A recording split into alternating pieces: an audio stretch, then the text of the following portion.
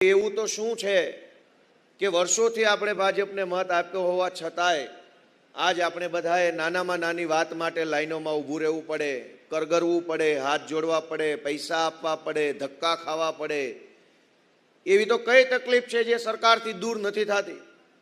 અને એટલે આમ આદમી પાર્ટીના માધ્યમથી અમે બધા, હું, ઈશુદાનભાઈ, પ્રવીણભાઈ, રામ, અમારા બધા આગેવાનો તમારી પાસે, જનતા પાસે આવ્યા છે કે આપણે 30-30 વર્ષથી ચાલુ ભાજપની સરકારને મત આપીને જોઈ લીધું, પરંતુ આપણને આજ દિવસ સુધી નાનામાં નાની આપણી જે બાબત હોય એનું સમાધાન મળ્યું નથી. અને આવનારી ચૂંટણીમાં આમ આદમી પાર્ટીને તમારા આશીર્વાદ મળે તો કેવડું મોટું કામ થઈ શકે તેમ છે એ બાબતની વાત માનનીય ઈશુદાનભાઈએ કરી. હું અત્યારે ગાંધીનગરથી આવ્યો સીધો અહીંયા વિધાનસભામાંથી. છેલ્લા 1 મહિનાથી વિધાનસભાનું સત્ર ચાલુ હતું અને વિસાવદરના અમારા ખેડૂતોના આશીર્વાદથી વિધાનસભાની અંદર બેસીને મને જોવા અને બોલવાની તક મળી. 1 મહિનામાં મેં જોયું કે ખેડૂતોના કોઈ પણ પ્રશ્ન બાબતે સરકારને કાંઈ ગંભીરતા નથી, કોઈ રસ નથી. દરેક સરકારના ધારાસભ્યો, માણસો માત્ર ને માત્ર મોદી, અમિત શાહ, ભૂપેન્દ્રભાઈ સંઘવીના વખાણો સિવાય કંઈ બોલતા નથી.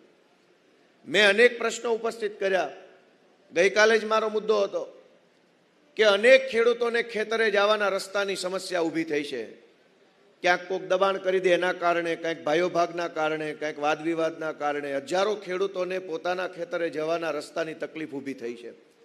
સરકાર ધારે તો એક જ દિવસમાં કે એક જ કલાકમાં સારો કાયદો બનાવી, સારા નિયમો બનાવી અને ખેડૂતોને પડતી તકલીફ દૂર કરી શકે, પણ એવું નથી કરતા. એનું કારણ એ છે કે વિધાનસભાની અંદર દરેક ભાજપના ધારાસભ્યો વારંવાર એવું કહે છે કે અમે કાંઈ કામ કરીએ કે ન કરીએ, મત તો ટાઈમ ટુ ટાઈમ મળી જાય છે, તો પછી શું કામ કાંઈ કરવું જોઈએ. દરેક પ્રશ્નનો એક જવાબ કે તમને ટાઈમે મત મળે છે. અમે એમ કીધું કે પાક વીમા યોજના ગુજરાતમાં લાગુ નથી. હવે આખા દેશમાં ગુજરાત એકમાત્ર એવું રાજ્ય છે જ્યાં કોઈ પાક વીમો જ નથી. એટલે સરકાર આ માવઠું આવે અને સરકારને ઈચ્છા થાય કે પેકેજ આપવું છે તો આપે.